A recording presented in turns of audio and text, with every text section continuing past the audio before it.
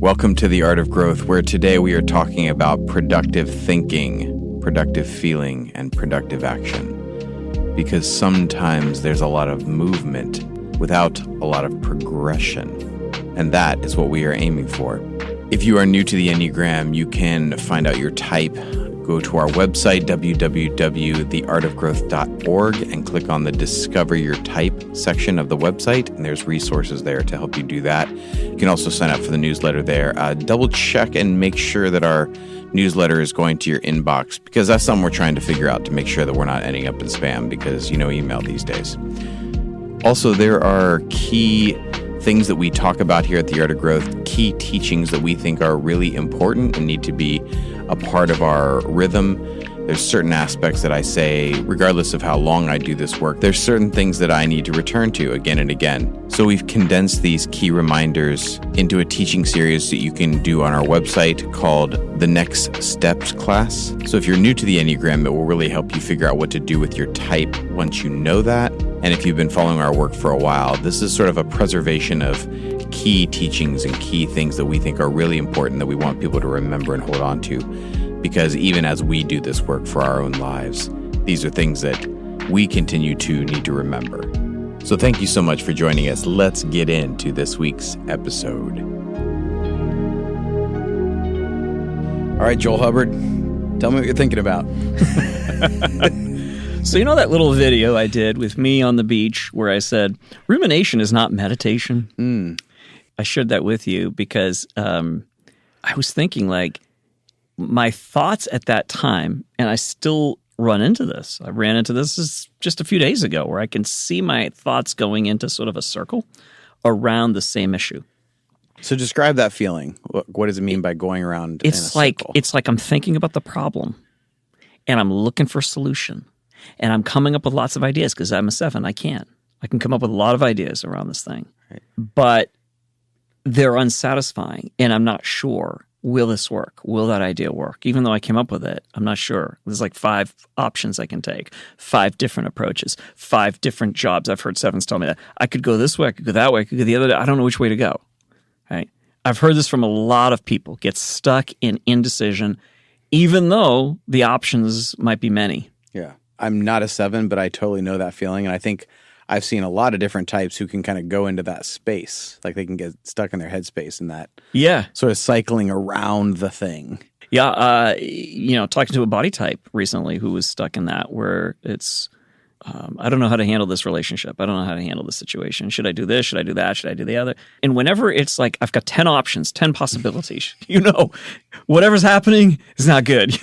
You're stuck in that sort of like. Maybe 11, maybe number 12, maybe number 13. Yeah. Yeah. There's even, who was it? I can't remember who the author was, but was describing the problem with choices. Since we've developed many more, post-industrial, revolution, we've got all these, now we've got lots of liberties, we've got lots of options, lots of choices, and the anxiety levels have increased. Like people have like crazy levels of anxiety with more options and more choices. Like someone was telling me, when we do surveys, we figured out that we can only do surveys with like 1 or 2 options. Like if we're asking people a question and that they have to answer, if we have more than right. 2 or 3 options, people don't answer it. Right, and then every one you add, so it's like 2 is good. Yeah. If you add 3, you get this percentage less response. If it's 4, it really drops off. Just drops off. Yeah, that's exactly it. But that's true for all of us. Like I hate having like a million different options. Sometimes I like it. Sometimes it's like, I was gonna say, like that's the exciting. At the restaurant, you're looking through the menu and you're like, ooh, I could have this, I could have that. Cheesecake Factory. It's a book. Cheesecake Factory, no kidding. Man. 25 pages. I don't even know where to start category-wise. Like, I know. Sandwiches. I'll start with sandwiches. Yeah. It's amazing. They definitely overdo it. But I love it. I love the choices there. But I think that is spin. That's how I define spin, is when you're stuck with like 10, 12, 15 options in your head. You've come up with them, but you don't know which one to pick. Yeah. And that's what I describe as unproductive thinking, because you're just going to keep going around it. I don't know, maybe this option, maybe that. Yeah. It's like a tree with a million different branches. Like you can keep branching off of those branches endlessly. Yeah. And when we're in that spin place, our head is just going around and around and around and thinking of all the different options, it doesn't even matter if the best idea was to come in. It'll just get spun out by the centrifuge. Yeah. It'll just get flung right against the wall, like even the best idea, because in the middle of a spin, you can see possibilities of solutions, but it's almost like you're just as good at spotting all the reasons that solution won't work. Totally. And so that's what feels so spinny about it. Yeah. And that's actually the headspace. So, you and I do these group coaching sessions, right? So we talk about head, heart, and body and helping people to figure out which one's which and what's happening at what moment. Right. And I've even created language, I think you have too, around what is the language of the head, what's the language of the heart, what's the language of the body. Because it's completely different language and not even sometimes words. Right. So for the headspace, it is options. That's one of the words, options, possibilities, right? Rationality. It's not black and white. Right. It's not yes or no. It's, well, maybe. Yeah. Because you can endlessly think about things. And so for all types, you can end up in the headspace and spin in that place. And I think you end up there when there's something off in the heart space. Oftentimes that's where. So this is what you're calling rumination. I'm calling that rumination. Rumination. Yeah. And that's, so we're trying to get to productive thinking. Yes. So how do we get from rumination to productive thinking? Well, that's where I was going is I think you have to face the heart. I think that's the problem. It definitely is for me. And I've been coaching other people to see if this works for them as well. But I have found that's the cue for me. If I'm in that space where I'm spinning, where I can't get unstuck, first I have to recognize the spin. So now I can see it more often. I think I can see it more regularly than I have in the past. But what I have to do is that's the cue for me to go back to my heart. Go back to the heart. What's happening there? And that usually helps me to then move into productive thinking. So let me just say what productive thinking is, and then the solution. So productive thinking for me it is possibility, definitely, but it doesn't get stuck in all kinds of possibilities, in all kinds of endless choices, because if it's fueled by something, which I'm suggesting is the problems in the heart, then what's happening is the head's trying to solve it, but it's not working. And so it's trying to come up with, how do I get around this? How do I get around this? How do I get around this? And so that's the tree with endless branches. Whereas the productive thinking is, let's think about a possible solution. And then this is it. I don't have to worry too much about whether this will work or not work. Yeah. This is a good solution. Let's move forward with it, right? And then it calls on the body to act it out and move forward. So that's, I think, where the heart comes in. So the heart comes in at the place of where you're being unproductive in your thinking. Tune into the heart, and as you tune into the heart, what you're going to notice oftentimes is there's some situation that is creating some internal pain for you, some problem. The situation's just the sort of external. It's not really the issue. It's the current embodiment of the actual struggle that you've been dealing with for probably quite a bit of time. Absolutely. Yeah. Absolutely. I'll sit down sometimes and say, heart, what's really going on? What's happening? And now my heart speaks more regularly. At first it was like, nothing would come to me. Oh, yeah. But the practice, this is what we talk about. This is transformations practice. It's not destination. Sure. It's the path you've chosen to keep walking on that eventually produces some change for you. And pause right there, because you brought up something that has been coming up more and more. And I think it's a super helpful transformational practice, which is to actually speak to your heart or speak to your body. Yeah. And actually say, body, like, I'm listening. What do you need right now? Like, heart, I'm listening. What is it you want to communicate? Because for some of us, the body is the voice that's not invited to the table. It's not invited to dinner as much. Right. Yes. Or for some, the heart and the mind will talk a lot, and then the body will want to speak up, and it's like, shh. And it gets shushed until it gets sick.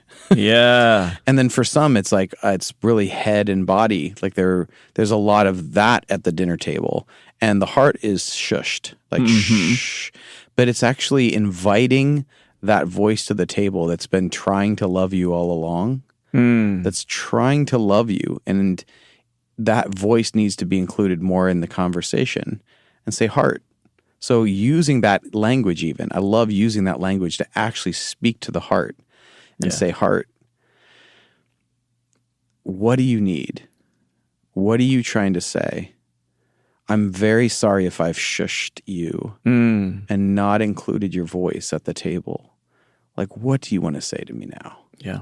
It's beautiful. And when we do that, you can even feel it as you're saying that. I can, there's maybe you're hearing this right now. You can feel your own heart going, right? There's like this relaxing, there's like this warmth that's happening in your chest area. It's beautiful. When we say that to our hearts, like, you're welcomed. I want to hear you. It does so much good. So thank you for saying that.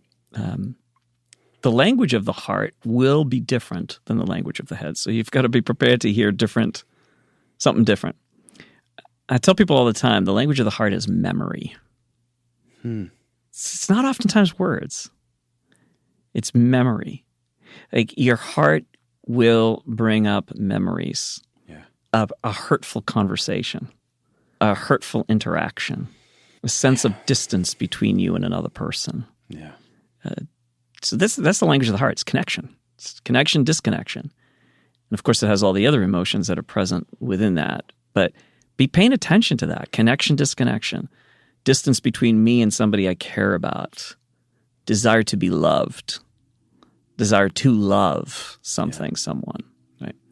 And lots of memories. Memories are usually the way the heart's going to speak to you. It's going to pull up some random memory and you're going to shut it off. You're just going to tune it out. You're not even going to remember that you had a memory come up. But if you were to pay attention to the memories and the thoughts that come to your mind regularly throughout the day, not that you have time to do that, but if you did, you would notice that there are memories that pop up that don't seem related to anything. And I will have clients that will oftentimes say, I'll just open the door and say, hey, what's happening? What's on your mind? What's going on? They'll start talking, and then they'll pull in unrelated memories and stories that seem unrelated to them. Yep. And then they'll say, I don't know why I just said that. Right? Have you had that happen? Oh, totally. Yeah. Yeah. We do this in groups, actually. So in group coaching, I'll often do that. Like, here's the questions. You got them, beforehand. So maybe you've been thinking about them, but I always take them through a meditation. And I say, just notice what comes up when I start talking about this. And how many times people will be like, I don't know why, but this memory came to mind. There you go. And then I'll say, well, this is how it's connected to your type, and this is what it's trying to show you, and this is how this is trying to teach you. And it's very much that. It's like, that's the language. And often for people, it's in that voice that's been shushed. Yes. So for some people, it's like, listen to your body. Like, this is part of Enneagram training, which is notice your thoughts, your feelings, your physical sensations, like the physical sensations. Did you actually notice something that felt strange in your body? And how many times people will just kind of suddenly move a certain way, and that'll even trigger a memory.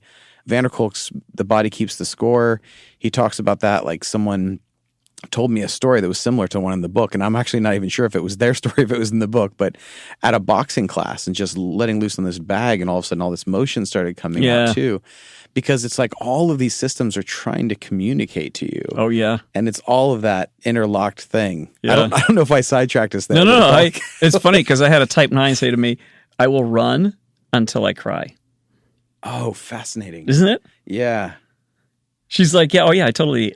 She didn't even know anything about the Enneagram. She would just say, the funny thing is that I was talking to her about motion, how she has to be in motion physically for her to start really tuning back into herself. Yep. And she's like, the weird thing is, Joel, I'll run. And it's probably right at the point where I'm pushing myself beyond what I'm comfortable with, it'll start crying. Yep. And it's not crying from physical pain. It's like all of this emotion that is unprocessed starts coming back. Mm-hmm.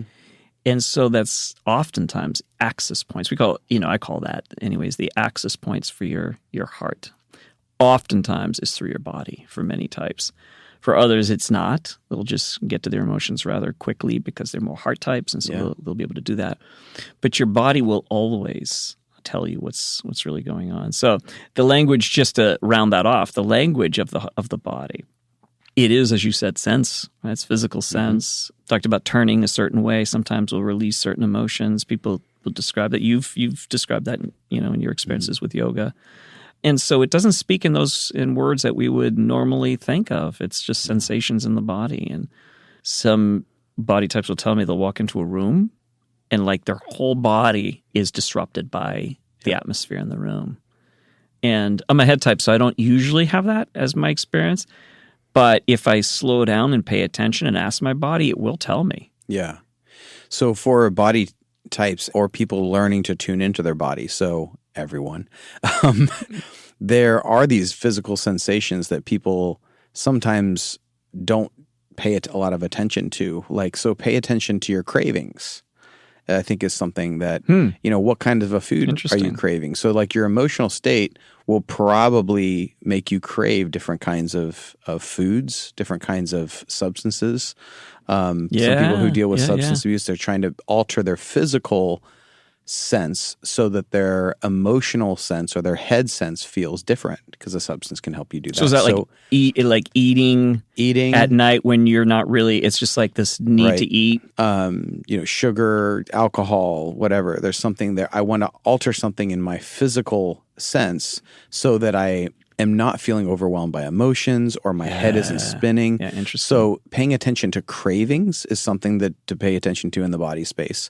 Physical sensations, like some of you have walked into a person's presence or into even a certain part of a bookstore or something, and you have a sense of cold or a sense of heat or a sense of just like kind of nervous energy, like you're in the water and there's a shark around or something. It's just kind of this vibrant energy that happens in the body. There can be pain, and sometimes a pain that can trigger a memory. So there's a lot of these things that are physical sensations. There's some work that's being done in a field of therapy that's not very well known yet. One of the leaders of it is here in the Boston area, and a friend of mine who's a therapist moved here to work with her, where they'll hook up all of these sensors, physical sensors, to see what's going on in the body as they're talking about certain subjects. So they'll test heart rate variability. They'll test, the sweat glands, the twitching of the muscles. There's a lot of kinds of things that they'll see. Oh, as we talk, the body's actually sending off signals. The language of the body is physical. Yeah. And then we're trying to translate that into head information or trying to see where an emotion in the heart space is triggered. But so much of that, like the body speaks the language of the body. Yeah. It's learning another language and in learning to interpret the language of our body.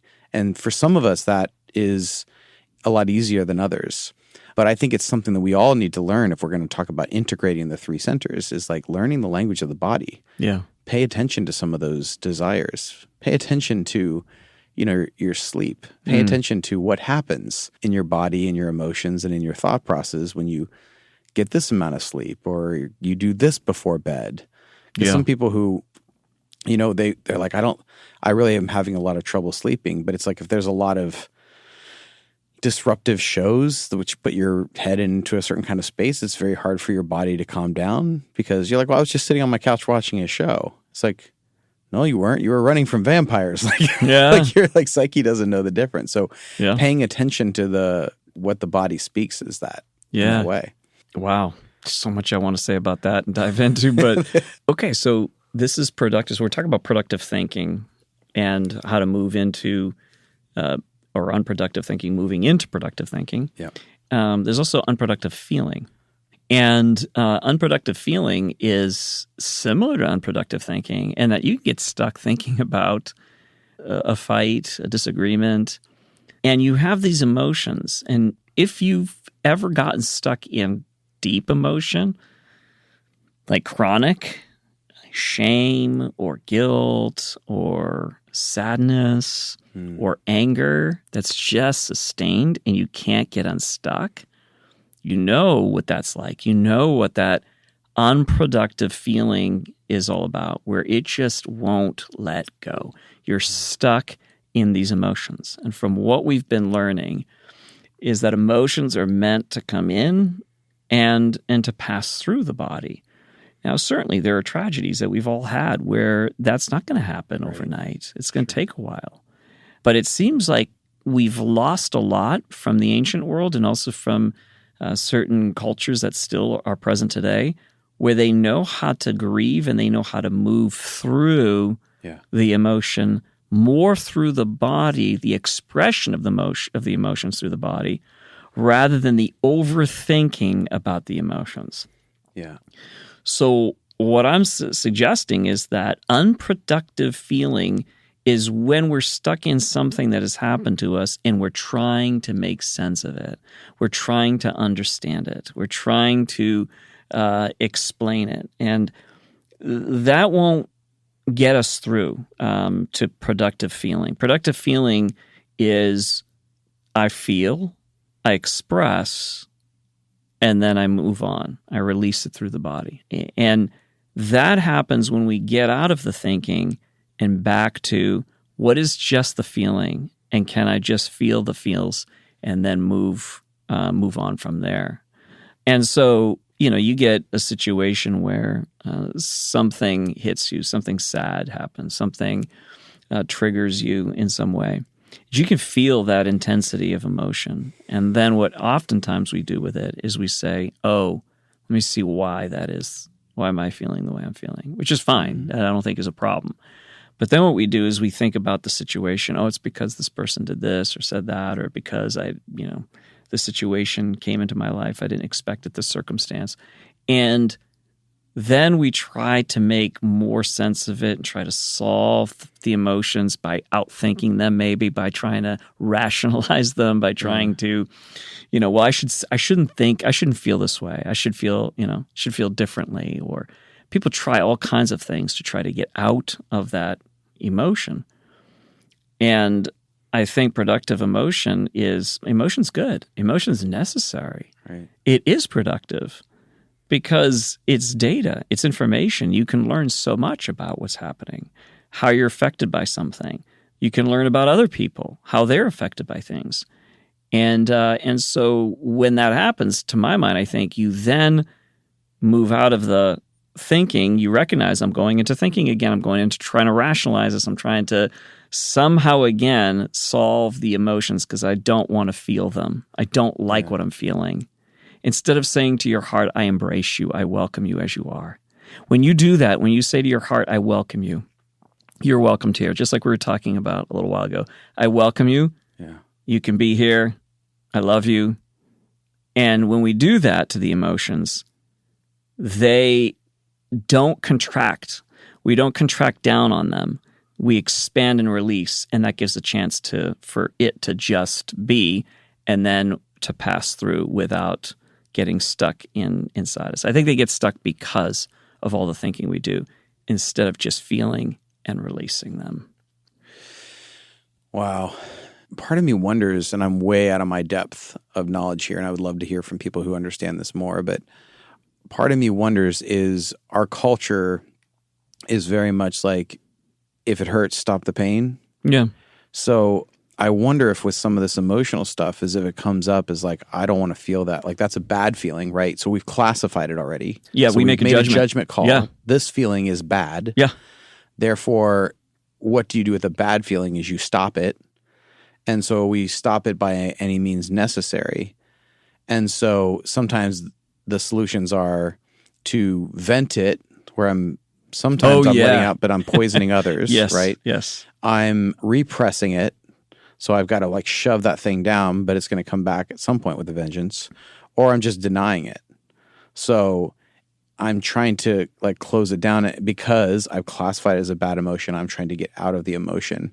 And so maybe unproductive feeling is the thing where we try to stop the feeling, or we're trying to do one of those three solutions, vent, repress, or deny. Mm-hmm. And an emotion can't be treated like that because it wants connection. It wants permission to kind of be.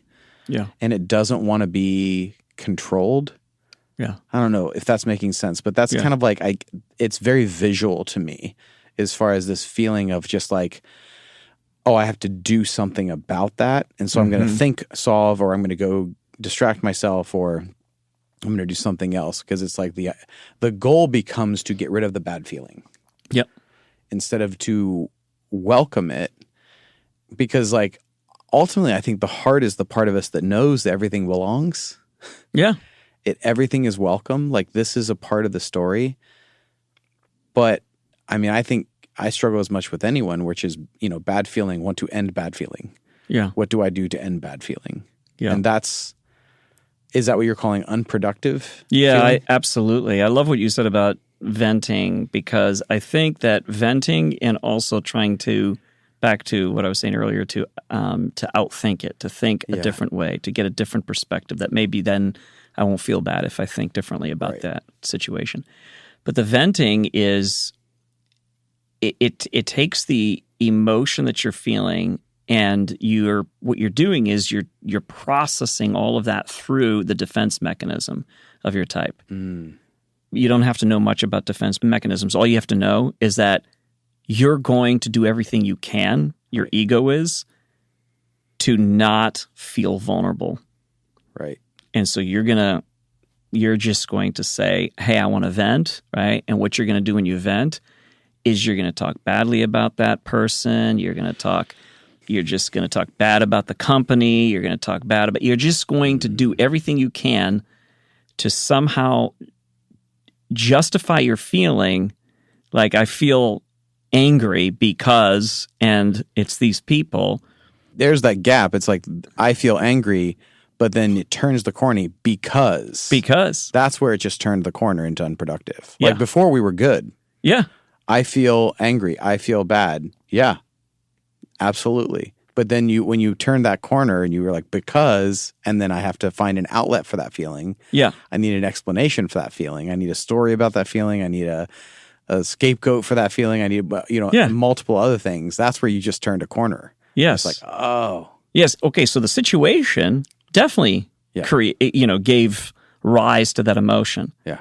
But it's not just the story, the situation. It's not just that your boss or your employee did something or didn't do something that really made you angry. That's not just that. Yeah. There's something happening within you. Maybe you felt vulnerable. Maybe you felt exposed. Maybe you have your own type. You have your own ego. You have your But what we're trying to do is to say the villain is this, and therefore I'm scapegoating my pain.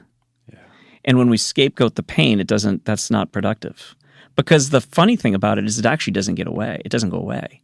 That's the thing that we're surprised by, is that we think for a while, right, we've dropped the dial on the intensity maybe a little bit, but what happens is that stays there, right?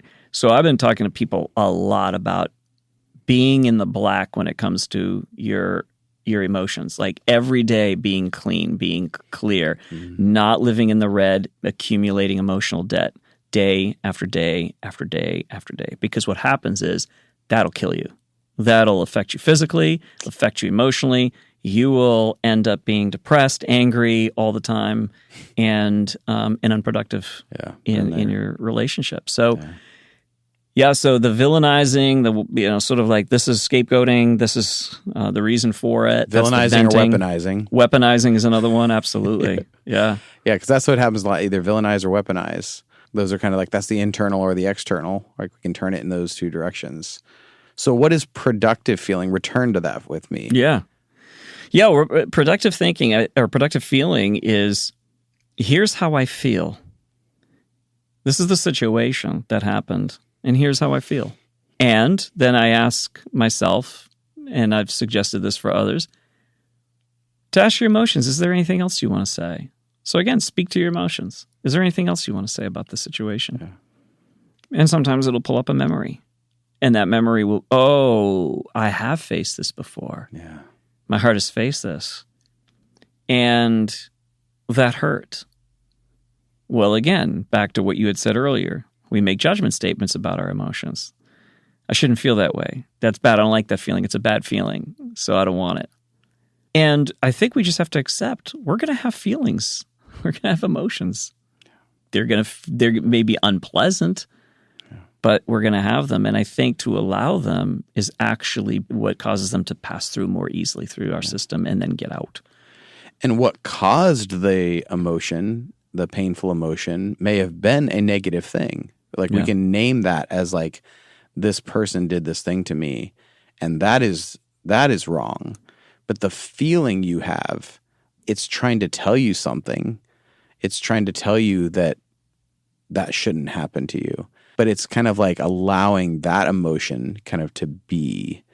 And yes, we want to not be in a situation where things are happening to us that create the pain. That is a good thing to move yourself out of that situation. But as far as the actual pain, it's not just end the pain, not just cut it off.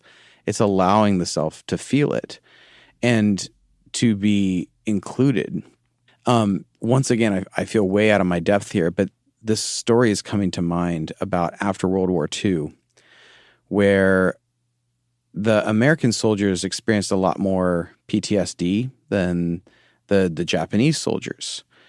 And basically the Americans, they were welcomed home, they were celebrated, and then it was like, well, then now go back to your job. And it was like, go right back into your life. And the Japanese had this really interesting ritual called releasing the loyal soldier. Mm-hmm. So they would have this thing where they come together and they thank their loyal soldiers and each other's loyal soldiers for what they did. And they forgive the loyal soldier for things that they did. But they want to then release it. So what so much the heart wants is that connection. And there's something too about the heart likes a ritual.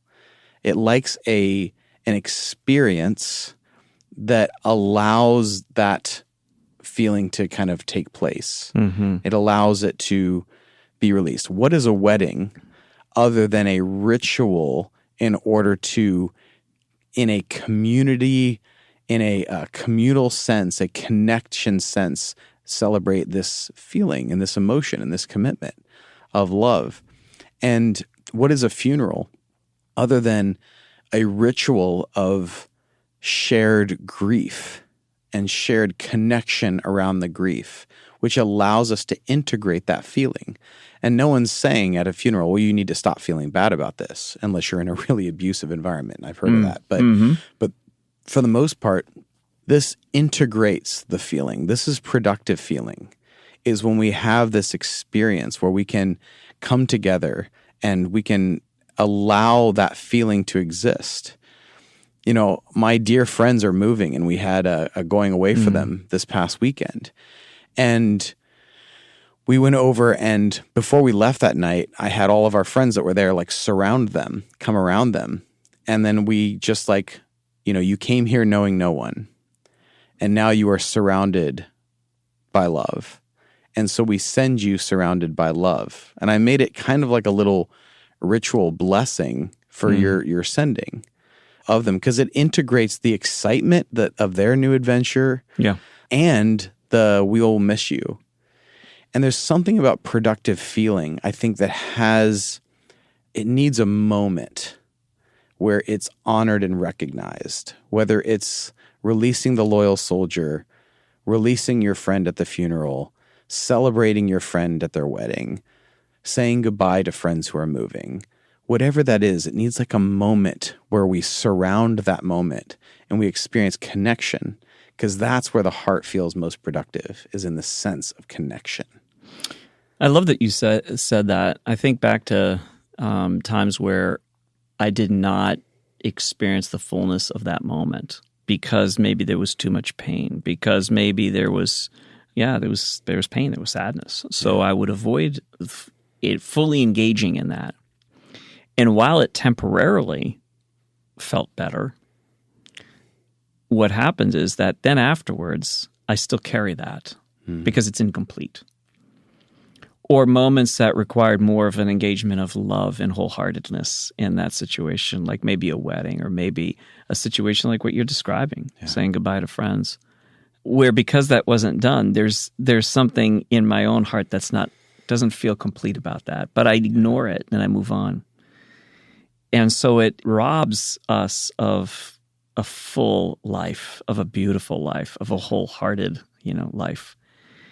And it also it robs us of connection. When we deny our hearts, when we say you shouldn't feel this way, every time you deny that, we minimize or we, I guess, reduce the color of our lives a little bit. It becomes more, it becomes more black and white. It becomes more single dimension. And we also don't feel as deeply connected to people. We don't feel deeply connected to ourselves. And we wonder why we're lonely, why we feel sometimes empty. And I think it has a lot to do with this piece. And that's what the production of the emotional center is all about, is giving us color, giving us beauty, giving us richness, connection, stuff that then makes you feel really more settled deeply, your own body. And again, I'm a head type talking about heart center. So this is still fairly new for a lot of us. Yeah, but it's definitely something that I want to learn and pay attention to because like the way you just described it is how it comes out a lot in like our Enneagram teaching in group coaching, which is this emotional space is the space of color. Mm-hmm. And it's not just the bright colors.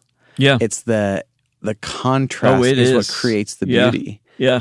It is the shadow and the light. It is the brightness and the dark colors. It's the contrast of all of it, that everything belongs, that is what the heart knows. And that's what it wants to integrate. And so it's productive in that space because it is in that vulnerability that we get connection. That is where we connect with another person, is in sometimes the softer moments, in the moments of like, yeah, I felt that. Yeah, that I understand your pain, or I don't understand your pain, but I'm here to witness it. I'm here to be a compassionate witness to what you've experienced, and even though you've experienced something that I could never understand fully, and that's okay.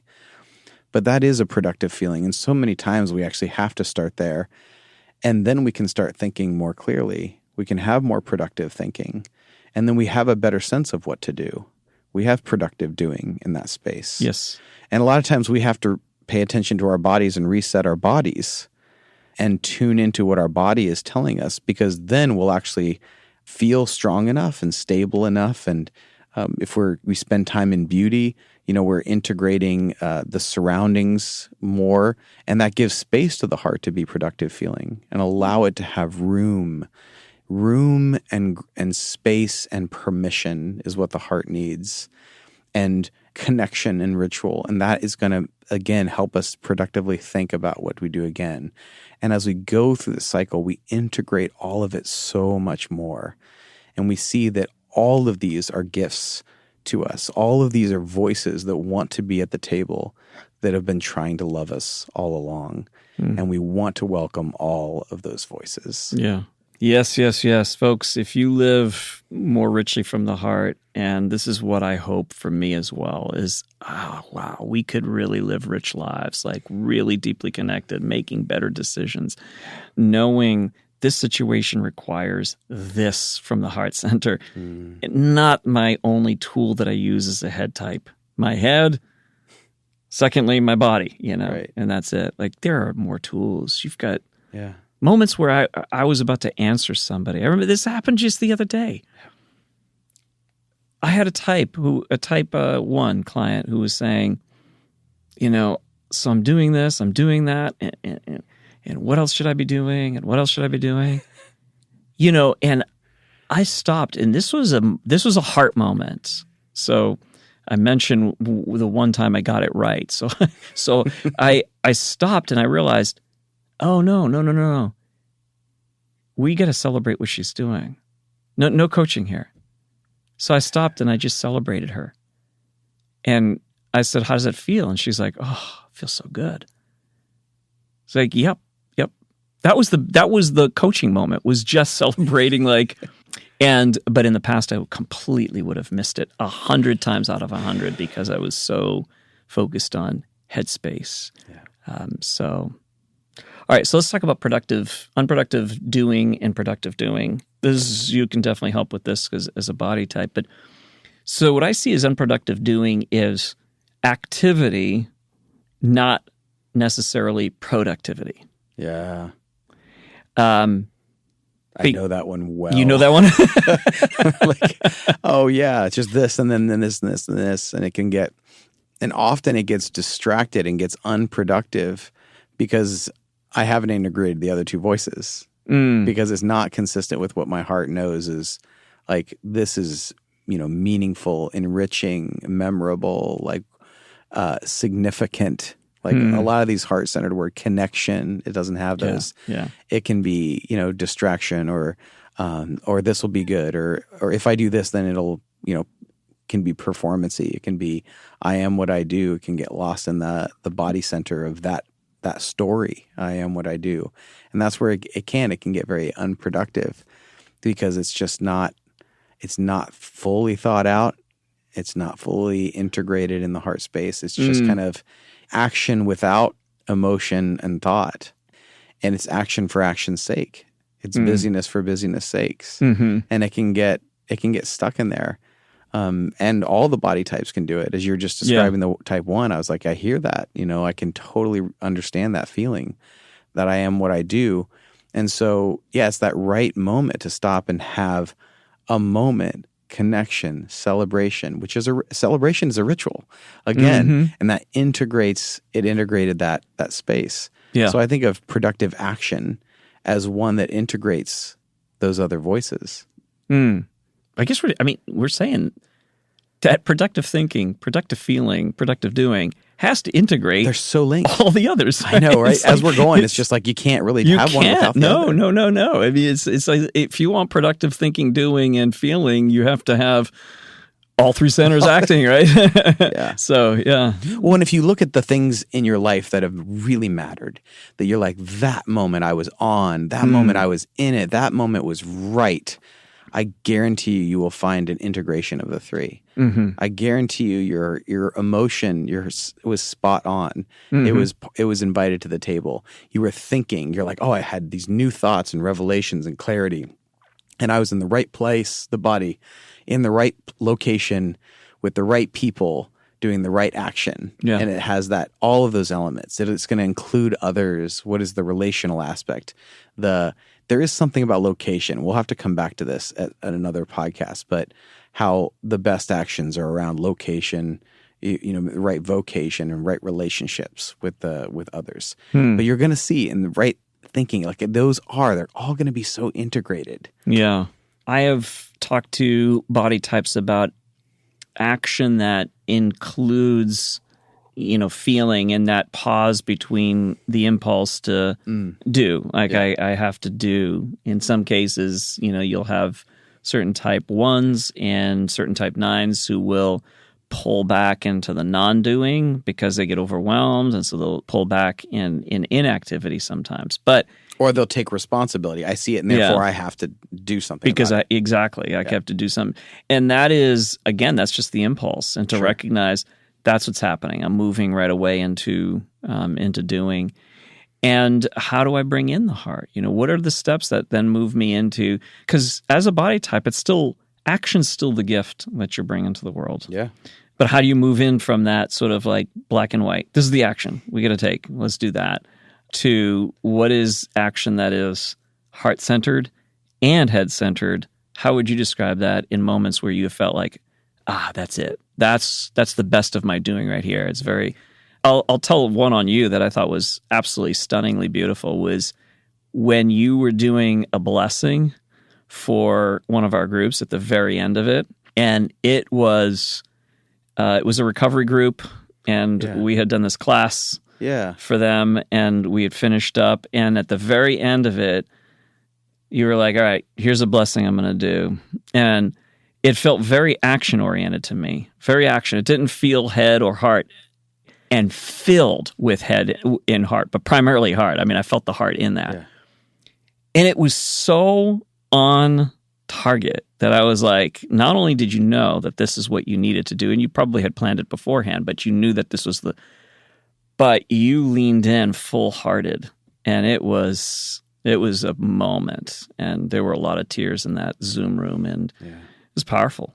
But talk about how do you know what is the shifting from just that like action activity to then that moment of bringing the heart and head online? Well, I think so much of our work has allowed for that thing to happen. Yeah, for sure. So it is the integration of the heart for me. And I know I lean into the heart And I know the body, the do, the empowerment energy of the 8. I know that is going to be there. I know the headspace, the intellect, and we've talked about the instincts, me having the social instinct is very much kind of can be head energy. I know that's going to show up too.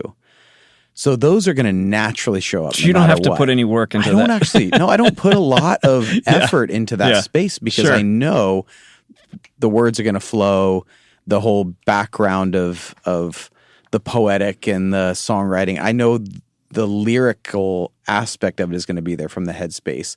I know it's going to have an energy that is very action oriented. Yes. That's naturally going to come along. But I know the thing that can be missing, but when it's on, it's because I'm looking to the heart space. I'm looking to connection and emotion, and everything belongs, and integration, and welcoming you as you are, and everything that's ever happened to you, everything you've ever done and everything done to you is all part of the story.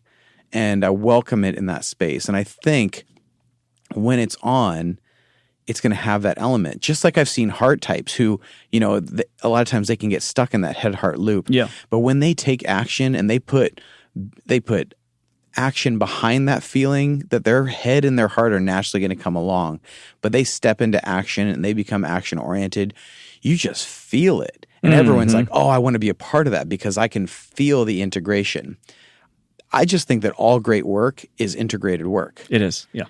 All great work. When people jump on the thing you're doing, a lot of times people have this purpose. They have this thing that they want to do in the world, and they can't figure it out why it's not working. Well, I can tell you so much of the things that I tried to do, the reason it didn't work, I had not integrated the heart. Every single time. That's been true for me. Every damn thing. Yep. I mean, we could almost coach you around all. We could almost coach and just do centers and do nothing else, right?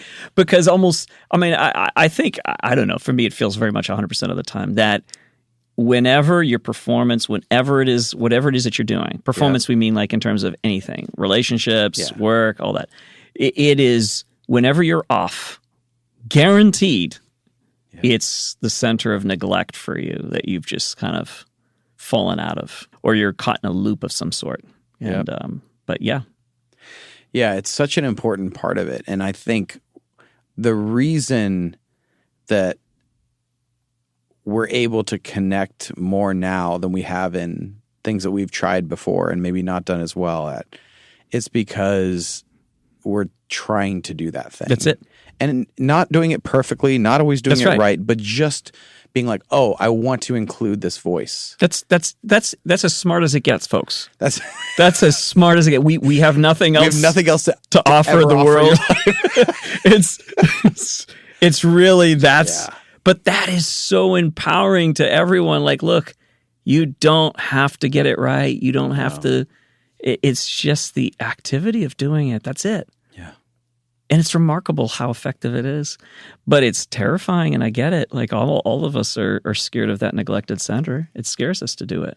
But, it's so funny that you said that. It's like, it is just doing it. That's the simple reality of it. And I tell people all the time, like, this is what I've been saying, by the way. This has been funny. People laugh at this. I'll say, if you get it right 1 out of 10 times, you're doing really well. Fantastic. I'm like, I'm about 1 to possibly 2 out of 10 times. That's an improvement. Yeah. From where I was 3 at. in a day, man, I am on fire. But to me, like, that's all it's about is just trying, is showing up. That's it. And we've been going a little bit long on this subject, but if I ended people on a note today, I would want them to hear that, like, just showing up. That's it. Just showing up to that voice. And so I'm going to read this to close us out because it's so much of what we've been talking about. So if you would even take a breath wherever you are and remind yourself that you're here. Remind yourself that you want to show up. And remind yourself that the current is never permanent. All it takes to change a life is showing up. Show up to the breath right in front of you and the 3 feet around your skin. Show up to the voice you've been drowning out, which has been loving you all along. Show up to the two most important people, the one right in front of you and the one in you receiving them. Show up to the full value of a single step toward an unknown possibility, even if 1,000 have led you to where you do not want to be. Show up to a single step and do it again.